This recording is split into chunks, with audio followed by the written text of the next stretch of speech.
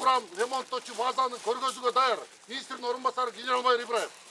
Стендовое мобильное устройство ушу келген. Өткөрүп жүргүзүүлөр ушу проект түзүп, шунун баары полностью 10 октябрда ишке кирди. Ошонун ичине могул ремонттоочу могул именно подвижный темелердин баары келишилген.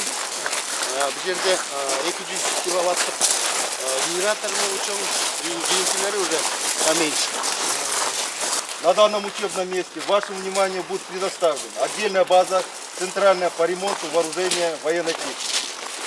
В целях расширения производственных возможностей также мы с российской стороной проговорили, и они в рамках оказания военно-технической помощи бесплатно.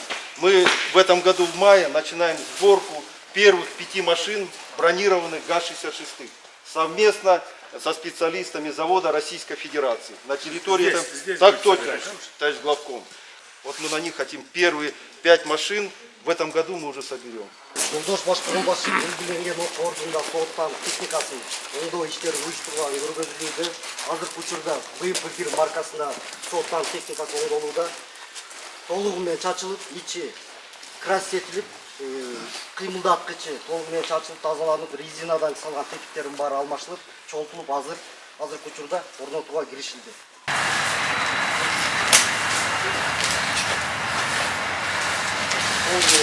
Кассетиде аккумулятор салышат, аккумулятордун баары жабылат, сиденьянын баары жаңыча тийилген чыгуулдорун жаңы орнотуп, ачык стойка коюлуп,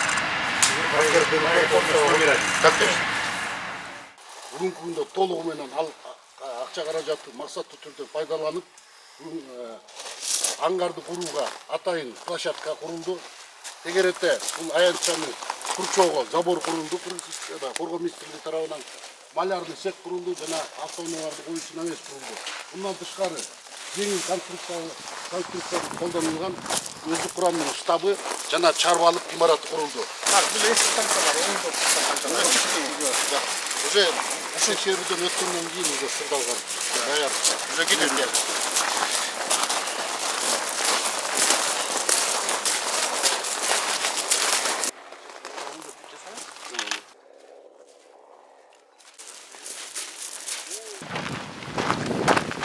Жолдош балыштык колбашчы, 2-нчи окуу ордун жетекчиси майор Нурбаев. Азыркы учурда Кыргыз Республикасы коргоо министрлиги тарабынан курал-жарак, ок-дарылар сакталуучу кампалардын жакшыртуу максатында көп иш-чаралар алып барууда. Коргоо министрлиги менен эл аралык трассалык фондунун ортосунда келишимге кол коюлган. Бул келишимде коргоо министрлиги 3 приоритеттик алдыга койгон. Биринчиси бул мөөнөтү жеткен ок-дарыларды жок кылуу, экинчиси кампаларды капиталдык оңдоодон өткөрүү жана жаңы кампаларды куруу болуп эсептелинет. Бир гана кампаларды оңдоп куруудан токтолбостон жаңы заманбап коопсуздук системалары дагы орнотулган. Авариялык электросистемасы генератор. Эгерде жарык берүү өчүп калган учурда үзгүлтүксүз жарык берүүгө каралган. Ошондой эле коопсуздук сигнал, өрткө каршы сигнал жана видео байкоолор орнотулган. Ар бир кампаларда жана постордо видео байкоолор орнотулуп, кароол жайына өткөрүлгөн. Кароол башчы көзөмөлдөп туруу максатында 23-24 жылга койгон пландардын негизинде азыркы учурда заманбап чагылганга каршы системаларды коюу пландалууда жана ошондой эле жолдор, кирүүчү, чыгуучу жолдорду оңдоп, суу түтүктөрүн орнотуу жана кампалардын сыртындагы оболовкаларды өйдө көтөрүлүп, нормага келтирүүсү пландалууда. Түрлүү ок-дарылар да бул жерде. Бүтүн артиллерийский.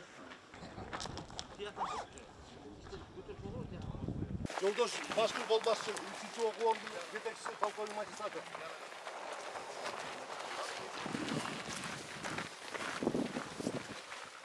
Өздүк курам Бириккен Улуттар уюмунун стандарты жана партия боюнча англис тилинде, орус тилинде, кыргыз тилинде даярдалган бетатарды кабыл алуу, дарылоо кабыл алуу бөлүмүнөн башталат. Биздин сиздердин назарыңыздарга экиги аппараты, УЗИ аппараты, дефибриллятор аппараты иштелет. Бул жерде толук кандуу ылгоо деп коет, сортировка. Эгерде бетат колунан же бутунан же денесинен жаракат алган болсо, рентгендик изилдөөлөр өткөрүлөт дагы. Бияктан эки тартипте бири пленкага чыгат, бирөө цифровой аппаратка чыгат. дароо эле ордунан эле сразу чыгарат экенсиңер да ренгенде. Дал ошондой.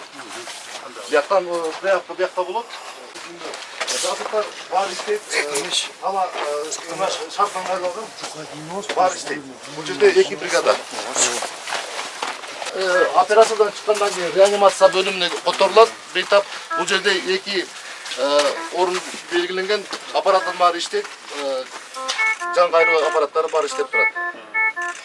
Кыскача өздөм айтып кетсем, палаткалардын каркастары темир, дат баспаган темирден темирдин калыңдыгы 1,5 мм, брезент 600 маркасындагы 1 квадратный метрге 80 килограммга чейин орусто көтөрүүгө туруштук берет. Кийинки октордон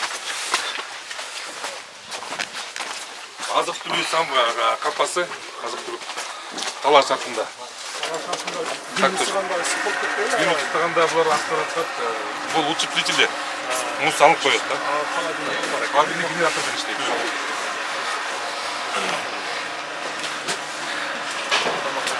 Тамак жасоо бул мобильный тамак жасайт 200 кишиге чейин.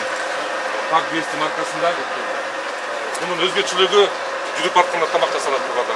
200 адамга чейин. Ичинде шарттар бар, условиялар бар түзүлгөн.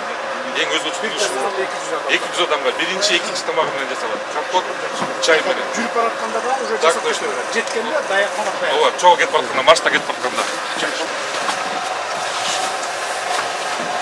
330 градус.